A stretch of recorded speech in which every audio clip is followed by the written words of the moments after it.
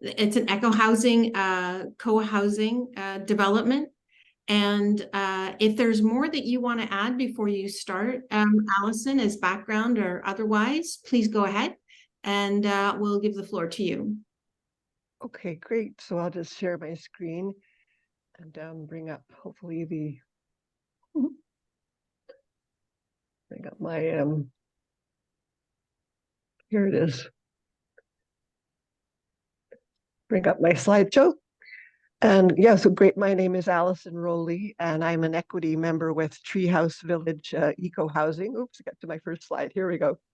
With Treehouse Village Ecohousing in Bridgewater, Nova Scotia. I've been an equity member since February 2021. So I joined right in the middle of the pandemic. Interesting. And we always like to start our presentations with that we acknowledge that Treehouse Village is being built on the ancestral and unceded territory of the Mi'kmaq peoples. We are grateful to be building on this land, and we will live in peace and seek means of reconciliation. And actually, it's Bridgewater is Sinso Sepekachik in Mi'kmaq. So let's get started.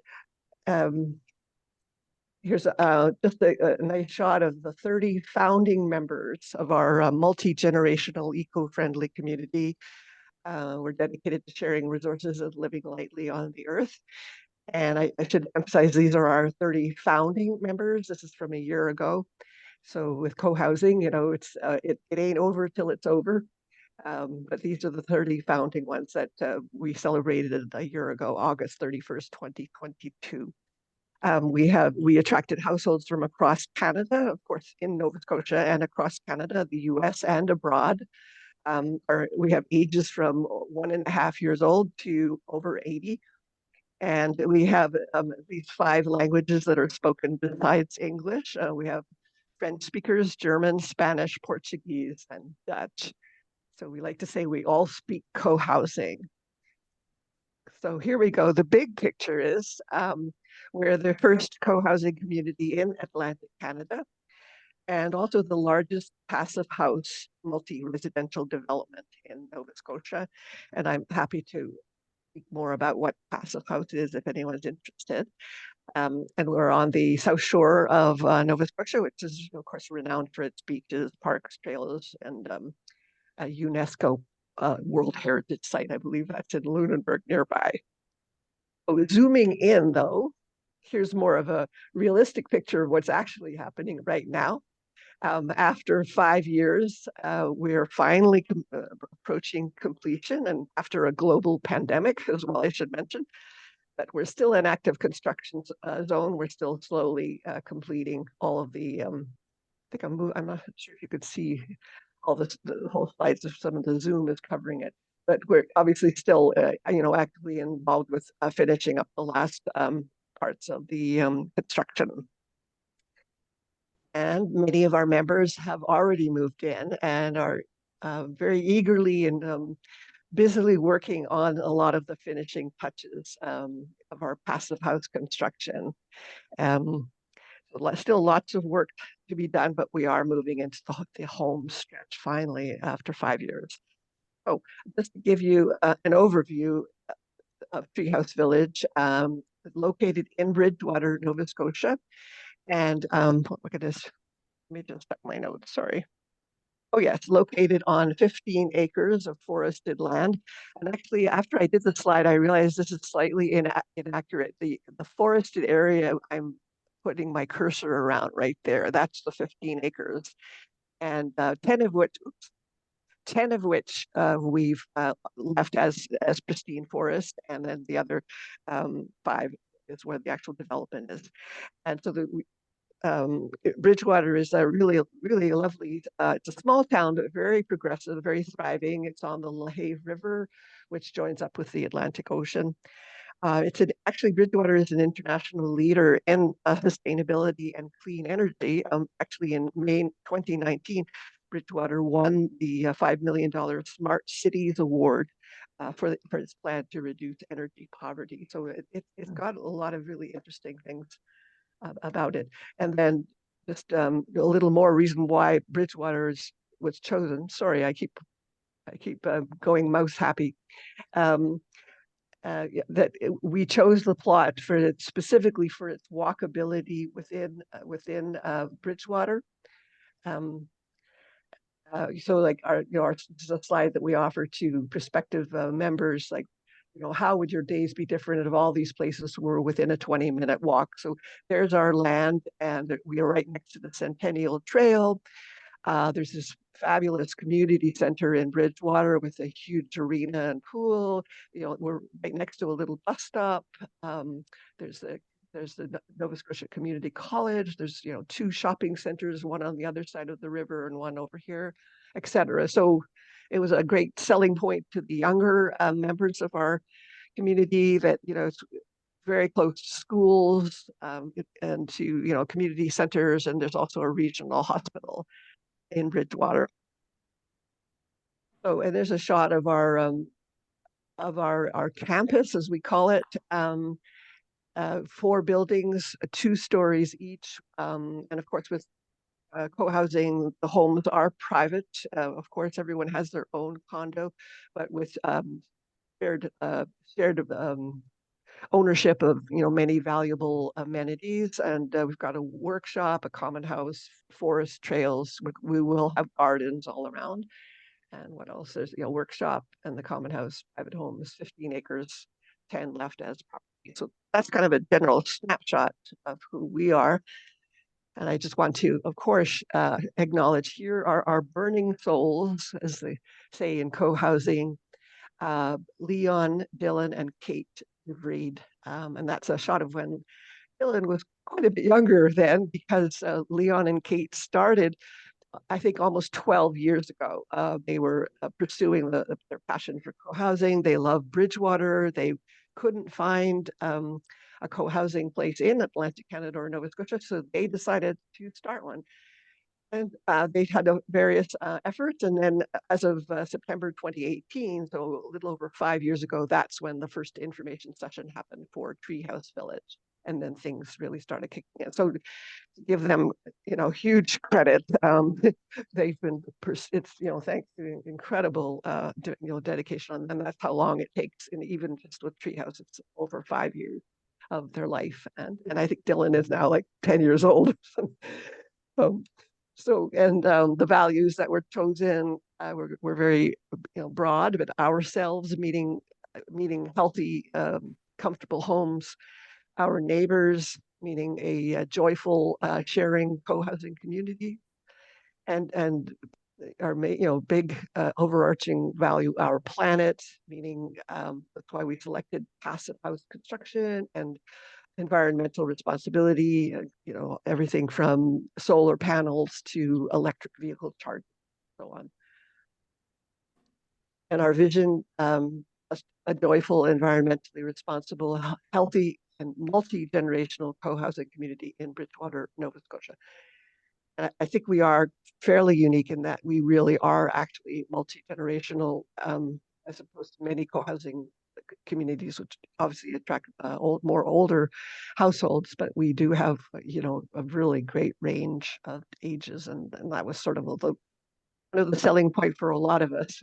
Why we joined is we have children running around and we have young adults and everyone, again, from infant to 80 plus. So that's really quite a nice thing.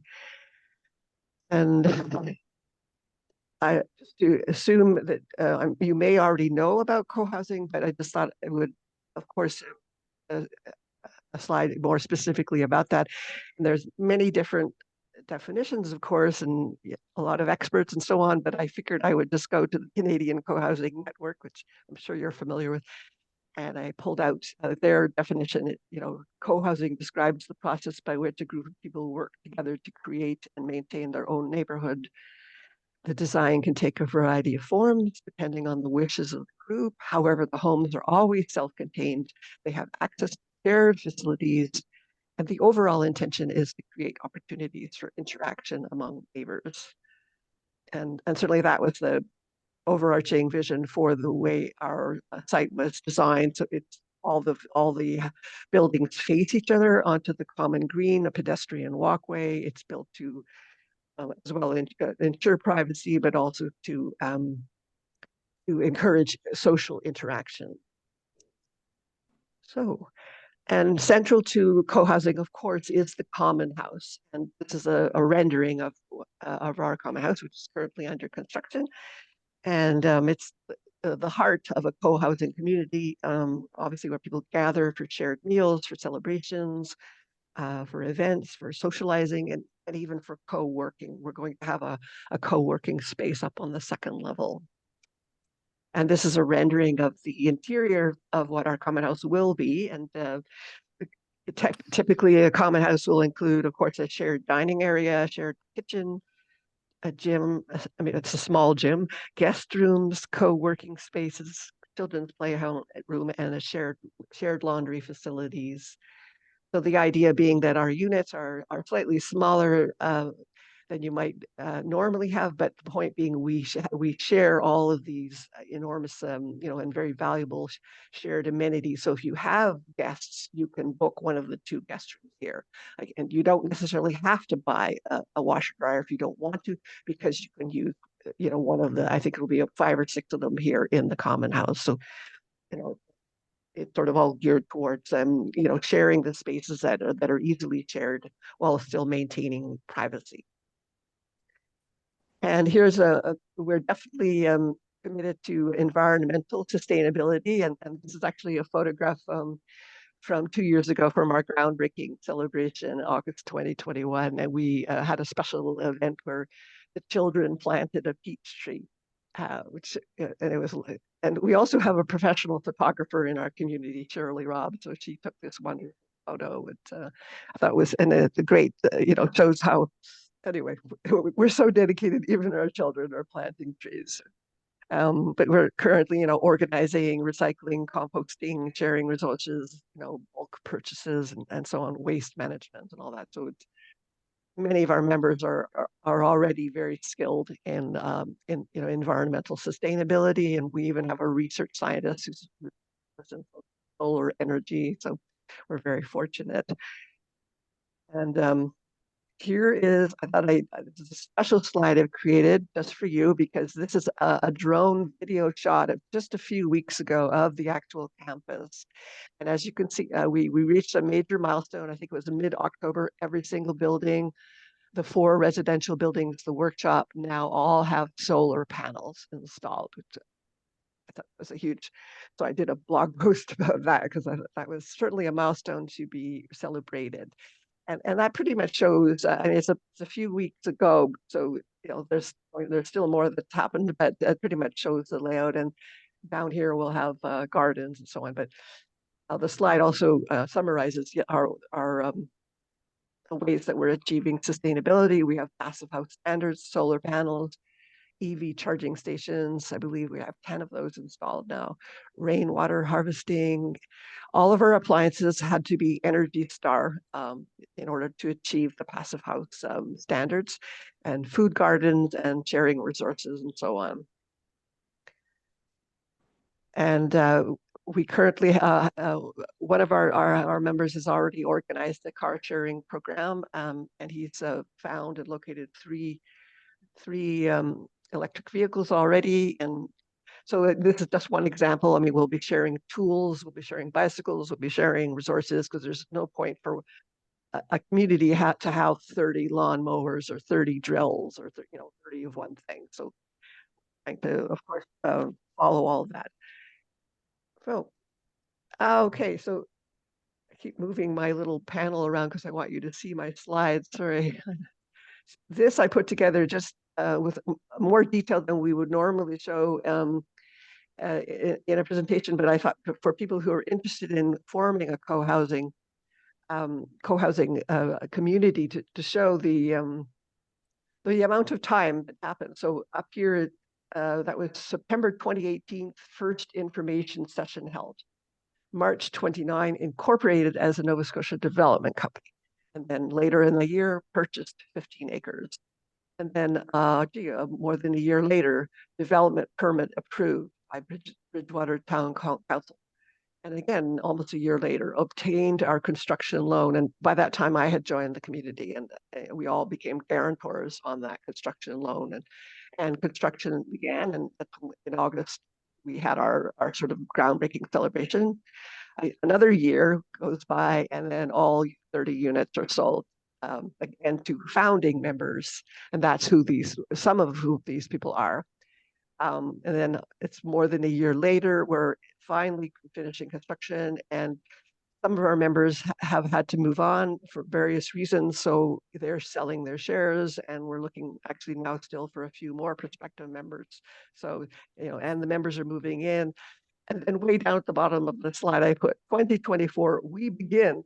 After all of that, we're really only just starting, of course, to move in and to figure it all out. So just as an idea, I mean, I'm sure everyone knows it takes a long time, but there's more than you might think, I think.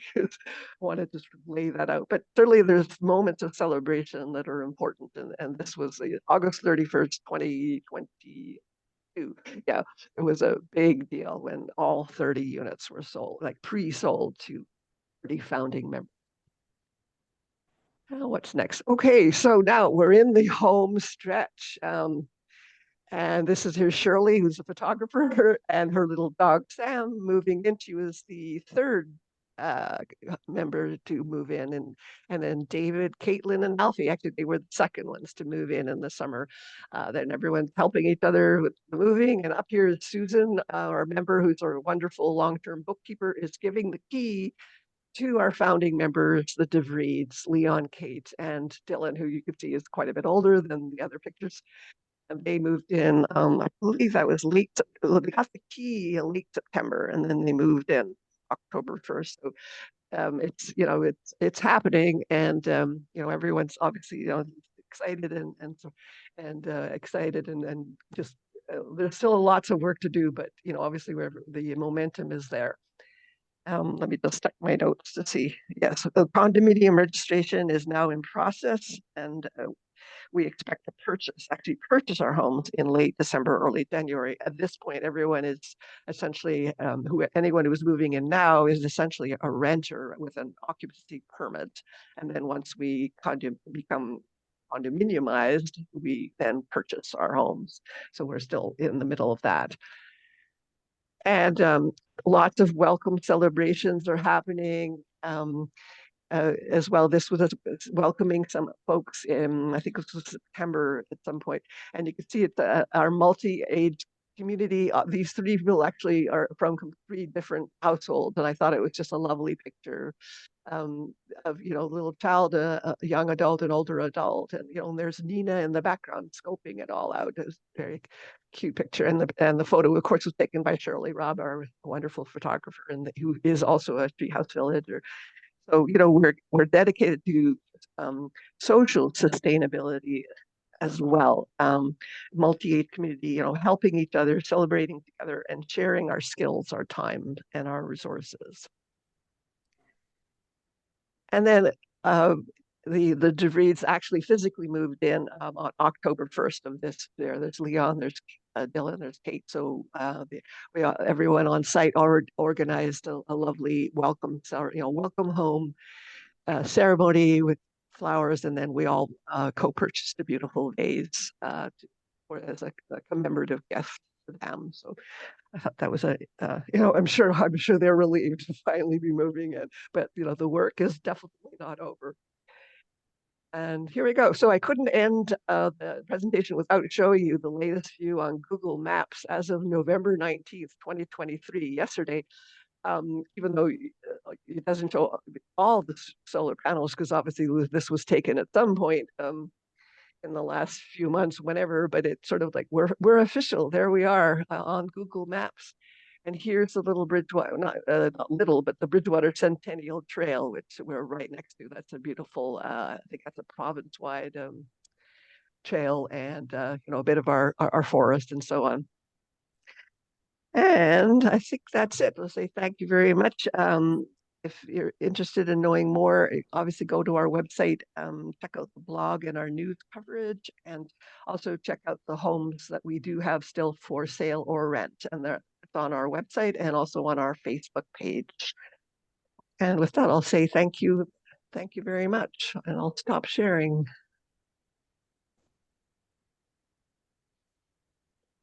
Thank you very much, Allyson. Uh, do the people in the group have questions? If they could just put their hand up or put the hand sign up, and then we can take some questions, or you can submit them in the chat as well.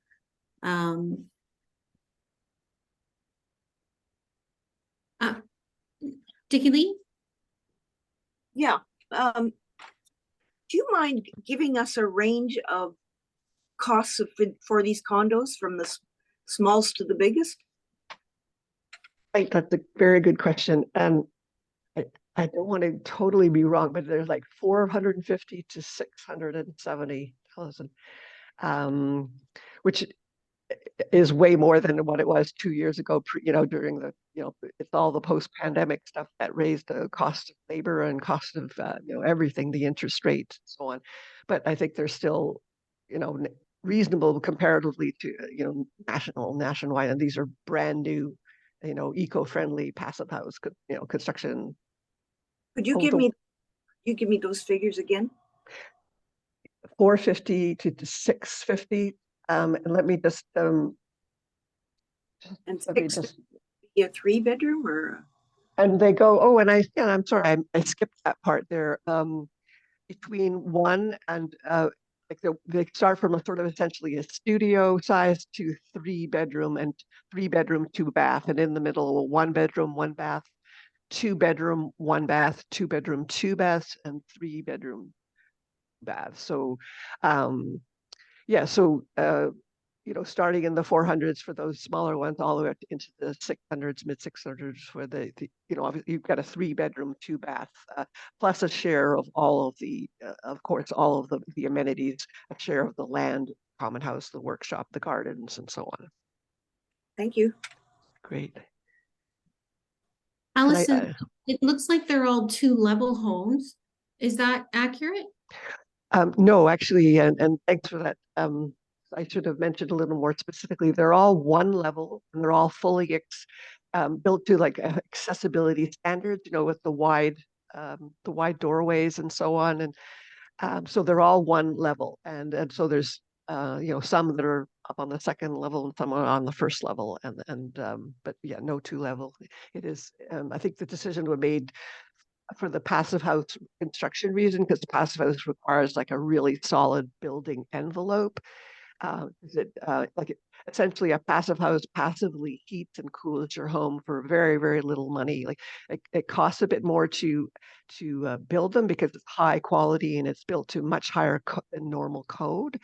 But it has, excellent ventilation properties, and then it basically passively heats and cools your house. So you might spend only $200 a month total for your entire energy use. So, but the idea being, I think, sort of the building envelope needs to be very tight.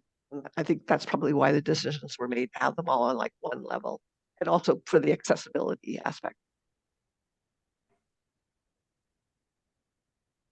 Barb, your hands up. Yeah, Allyson, what a great story. Congratulations. It's a great success story. I read your articles prior, and there was a video or so, and I'm having a lot of trouble translating into what we experience here in the Southern Ontario area. I just want to confirm you bought 15 acres for $63,000 in 2019? Yeah, way back when, yeah, the land was not tremendously expensive. That was not the right. Well, even in 2019 here, we couldn't get 15 acres for 63,000, and 1 acre in our area is sitting at anywhere from $1 million to $1.5 million. So I love the story. It's exactly what is beautiful, and without all of us just literally popping out of where our families are and coming and buying the rest of your units. And then also the 450 to, I think you said 550, ours translate more to 650 as high as 850, a lot of what the co-housing are out here. So yeah, it's a wonderful story. I'm just also having trouble translating it. And it seems, I just want to clarify, I've only been to Nova Scotia once a few months ago. But it also doesn't seem like you're urban. You are rural, is that correct? Like you are, if you were to look at the co-housing definitions, you are not near Halifax. No, we're not, but I wouldn't call it rural. I mean, I actually would not have I would not be moving there if it was fully rural. It's a town of 10,000 people, but Okay, it's bustling. I mean, there's shopping centers, there's actually traffic. There's it's kind of like the heart of the South Shore area of Nova right. Scotia. So Okay. it's a town. Yeah, so it's a town of 10,000, and then how far a drive are you from Halifax? I think it's about a 1 hour drive up whatever that Okay. 103, I forgot. Yeah. Yeah, and so a lot of the co-housing communities we look at in Southern Ontario are near anywhere from 200, 300,000 people up to bigger, but so it's really hard to compare. And then I just had one last question. I noticed your permitting only took a year. So the 63,000 was purchased by original people who were in your community. I assume Yeah. split across those 30 members. Yeah. Which makes it very attainable. I just have to add, like that's. Well, I don't that. think there were actually And then- 30 members at that time, but whoever was Right. there at the time. Yeah. Okay. And then your permitting just took a year. Did you experience any issues with permitting, any issues with neighbors, anything along those lines, or was that? Well, that's a seems good pretty question because small? I wasn't really involved at that time, and that's interesting. I don't think my neighbors would say it was just a year. I think there was probably a fair bit of hoop jumping that went with Yeah. it, and we've always tried to have good relations with our neighbors. But there's construction happening sometimes, and there's. I don't think we've inconvenienced any of our neighbors, but there has been a lot of construction and stuff. So when we had our groundbreaking, we made sure to literally print out flyers, and we had one of the younger members and her little son. They walked around and put the flyers in their little in the mailboxes, Yeah. and they were invited. I don't. I haven't heard of any like pushback from the neighbors other than just like, what is this and what's co-housing and who are you? Right. So it's more of an educational thing. Yeah. And so to me, that's also the other reason why it's really hard to compare, because not only are we dealing with astronomical land costs, but how, houses on top of houses. But I commend you. It's a wonderful story. If I ever want to move to Nova Scotia, like my family, then I'll come out there. Thank you. Great, thanks.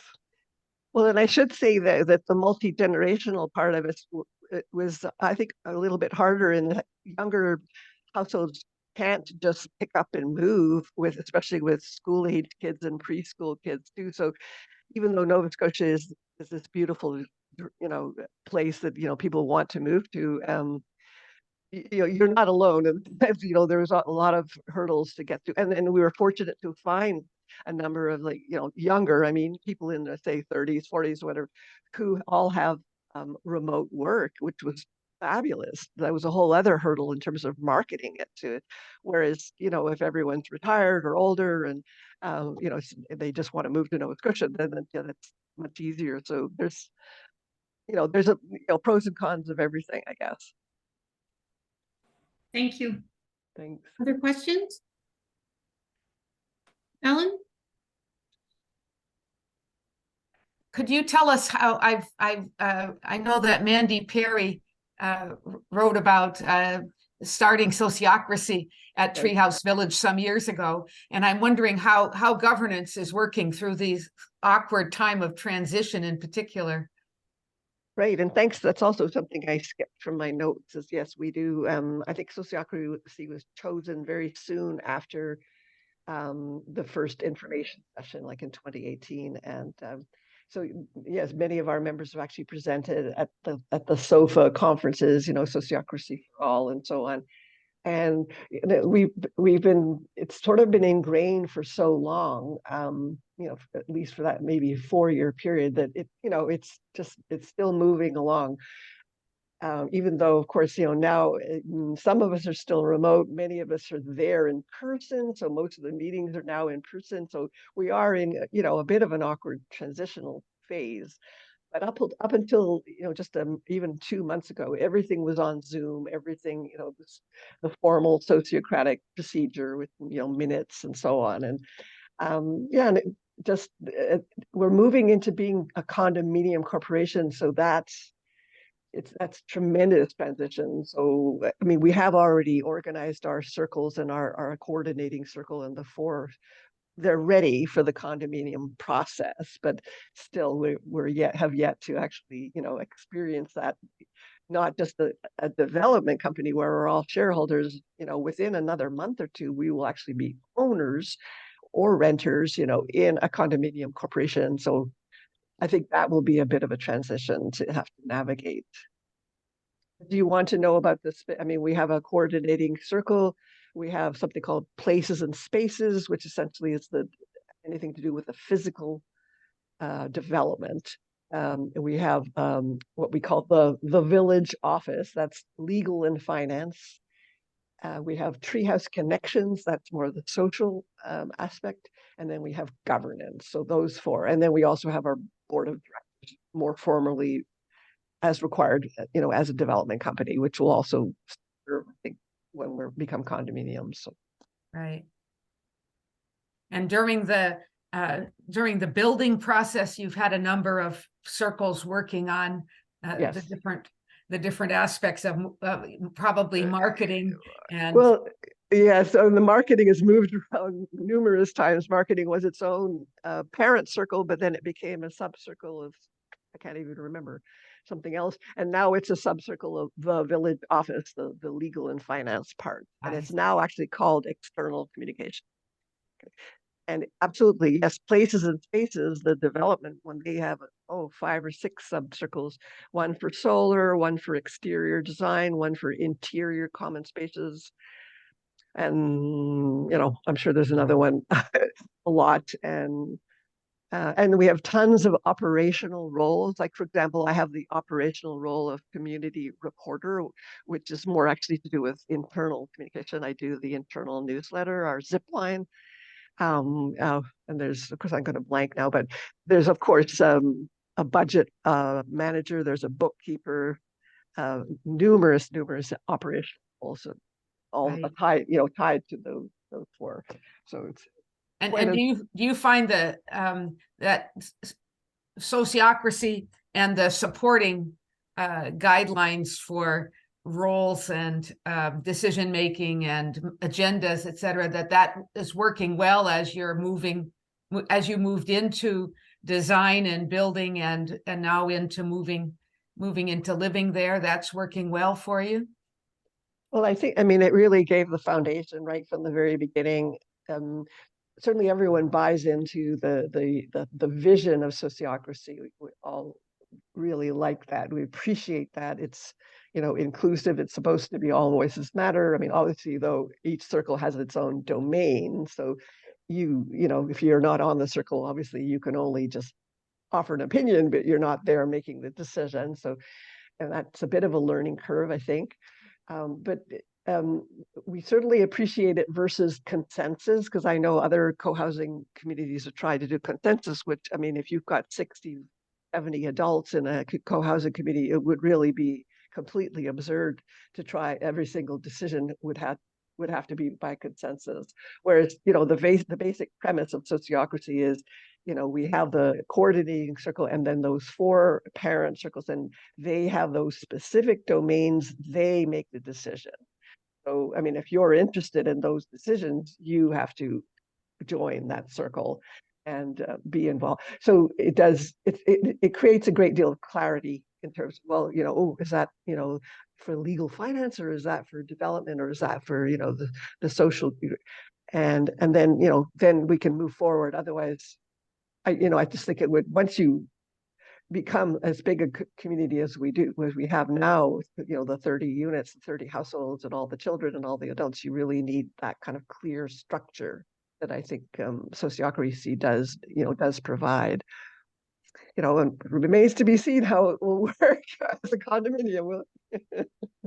Well, you've already been through a lot of tough decisions because you could easily see that people would want to decide what color the exterior would be and what color the decorations in the common house would be and how big the gym is and all that. But once you commit to sociocracy, then you've got to join the circle, that relevant circle, if you want to have a say. And you've got to do all the relevant work. Exactly. And the governance circle is already really busy on all those Zoom meetings, creating numerous policies and procedures. We have a rental policy, we have a firearms policy, we have a, an external design policy, and, anyway, so we have a lot of keeners in the community who really worked on all of that. So, And have you been making use of the resources of what other people's other co-housing project policies have been? Yes, and that usually, and you will always, when we're tasked with developing a new policy, the first question has been, let's see what others have done. And we're also, of course, a member of the Canadian Cohousing Network. And we have, of course, we have a co-housing consultant, and absolutely would do research on that. And also, I mean, to give Kate and Leon credit, the co-founders, I mean, people approach Kate Reed as a co-housing expert as well, because she's been doing it for so long. And she has done, hundreds of these presentations, to prospective members and just, conferences and so on. So we also have people coming to us asking, for our experience, because we've actually been through the whole thing, and are now actually emerging at the end as a butterfly or whatever into a condominium. Yes, we certainly are envious of the stage you're at. Thank you. Yes, and I mean, I want to just again to reinforce, it's like for us, my experience was, it's much longer than you ever think it will be, and certainly because of the sort of perfect storm of the post-pandemic economy that we were in the middle as well, more expensive than you think. So, but people obviously there's a huge desire for this and a huge vision for it, and we think it should be more well known, and government should be funding us. It should just be, we should have to keep putting it out there. Right. And there's somebody else. Yep, Trish has a question. You're on mute, Trish. Hear me? Okay. Hats off to you. I was just saying, because it's a lot of work and a major commitment, and I'm sure you're learning a lot. One thing that strikes me is, great vision, a social, still an experiment, I guess, if that community or that province, and you happen to be the first. But what I'm wondering is there going to be a transition when you become a condo development corporation? It's like those two things to me are like almost at odds with each other. And so you have to manage kind of both, which would be, I think, kind of complicated. So if you were just starting off as a condo development corporation, that would still require. What was that? Sorry, I think that was my phone. I think someone just said something in the background. That's all. Yeah, that was my phone. I gotta move that away when it starts. Oh, okay. I don't know why it does that. Okay, so yeah, so it was just kind of like you'd have this whole set of demands and issues to manage as a condo development corporation.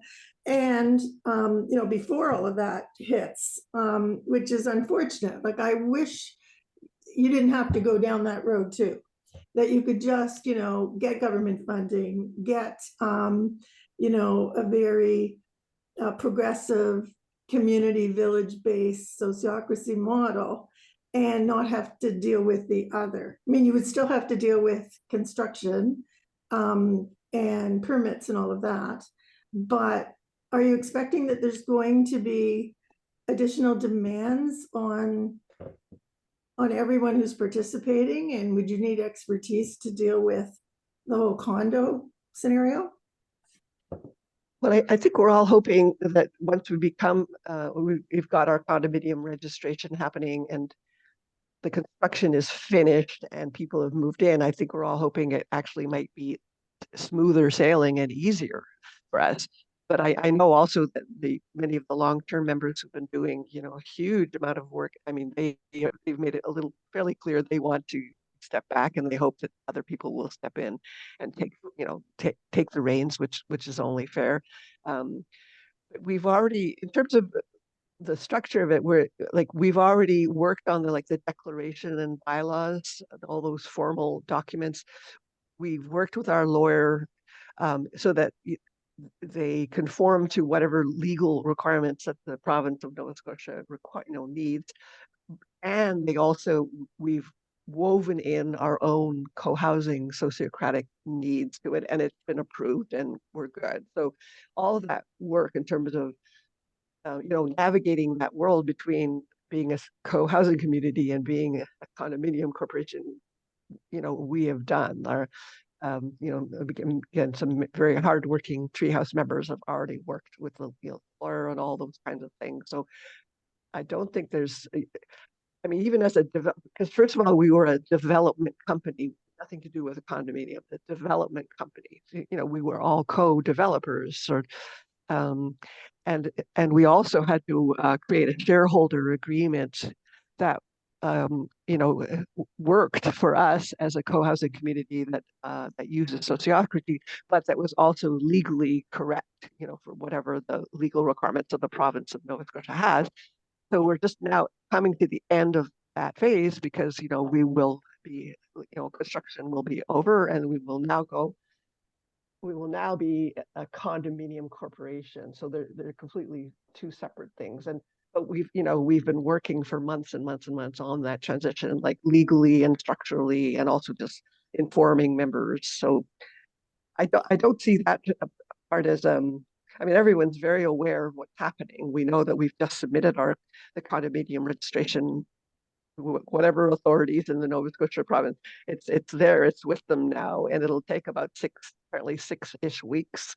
So late December, early January, and at that point the sales happen, and that's a lot of work, but it's a fairly standard thing, just like closing on any unit, except that we're not only the buyers, we're also the sellers. So we're continuously educating the rest of the world, like government funders and lawyers and bureaucrats, who we are. We're both a buyer and a seller.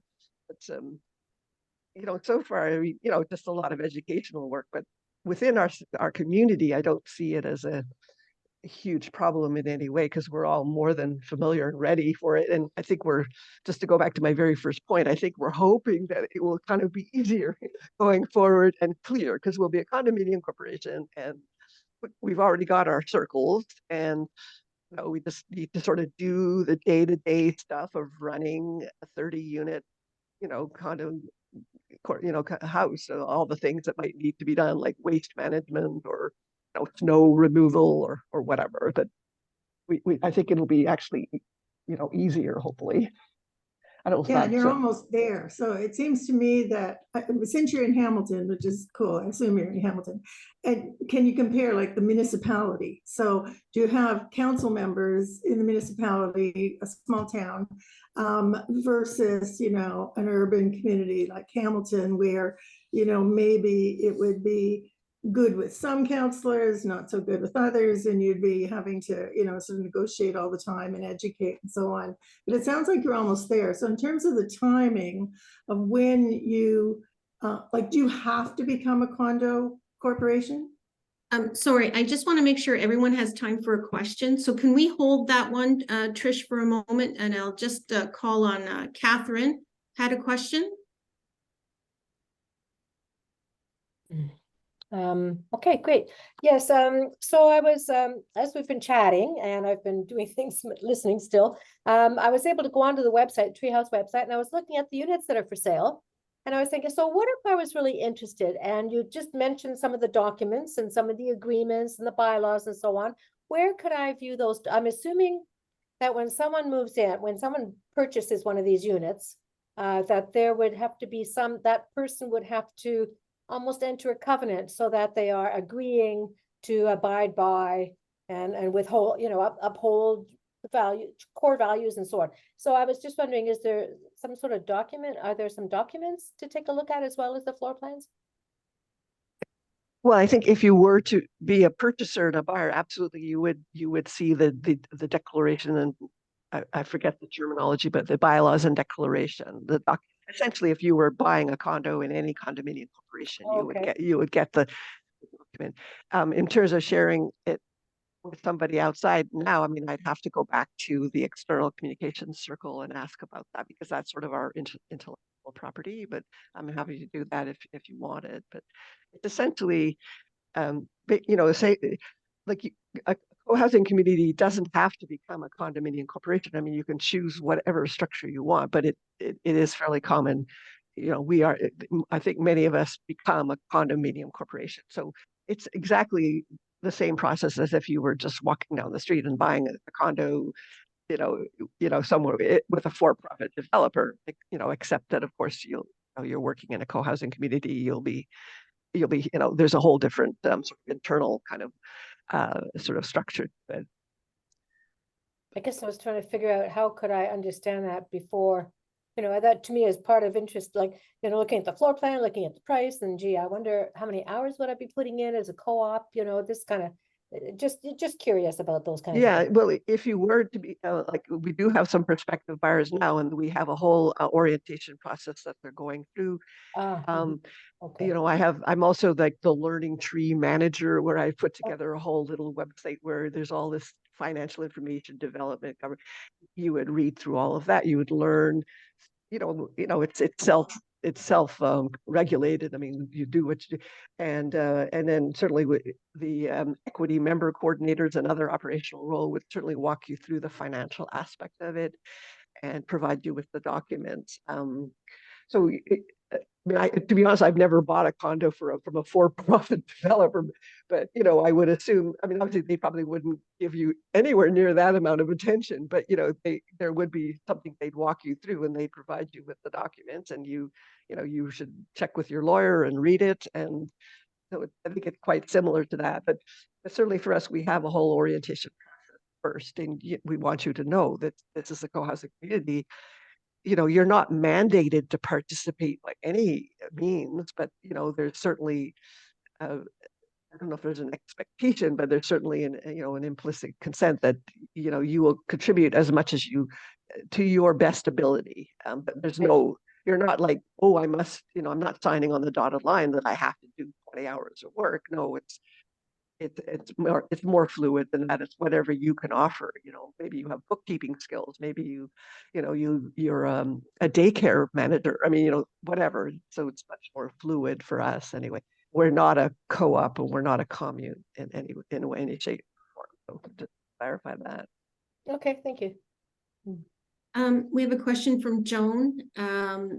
Did you build to hurricane standards? Oh, yes. Great question. Yeah. And well, thankfully, yes. Thankfully, yes, because there have been a number of, post-tropical storms in Nova Scotia. And there was there was huge forest fires, although not specifically in our area, and then there was, a huge flood episode in late July.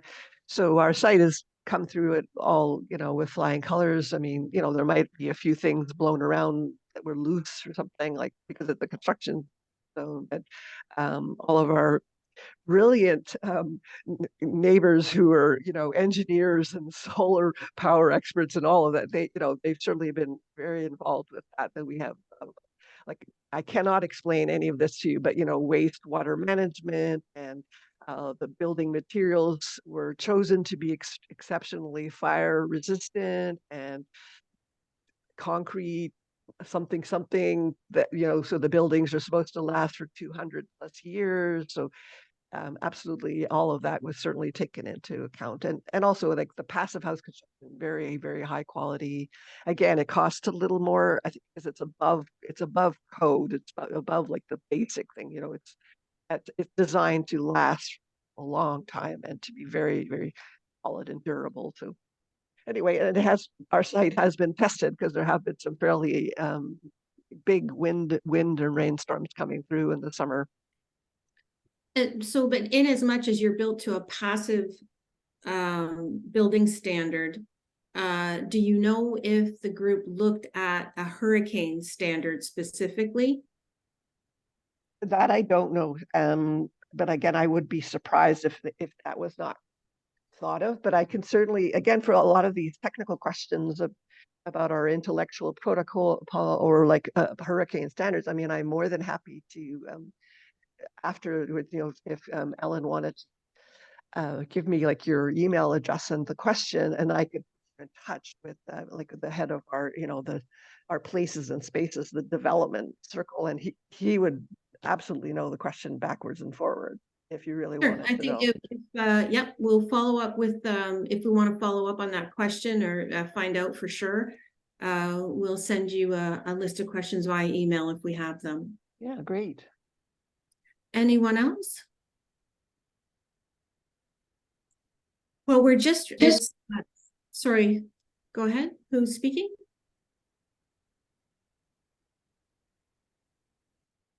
Oh, okay. So I think we're at just before 6 o'clock, and that's our closing time. So I just want to thank you very much, Allyson, for a tremendous presentation and all your answers to all our questions. Yeah. And Ellen, did you have any closing words you wanted to add? Well, I just wanted to say that, as I mentioned earlier, we're all envious at your being at this finishing stage and on the verge of moving in. It's very inspiring, and we wish you all the best in Treehouse Village. Some of us will certainly visit when we find our land and are making design decisions, and maybe before. Yeah, maybe before. Here. That would be great. We'd be delighted to give a tour, and we've already given a couple tours to folks, and so please let us know. Yes, I'm sure you'll attract a lot of tours. Thank you very much, Allyson. It was my pleasure. Thank you. And Thank you very much. Okay. please And let me know. thank you all for taking part. Thanks, Allyson. Thank you so much. Thanks, everybody. Okay, bye-bye.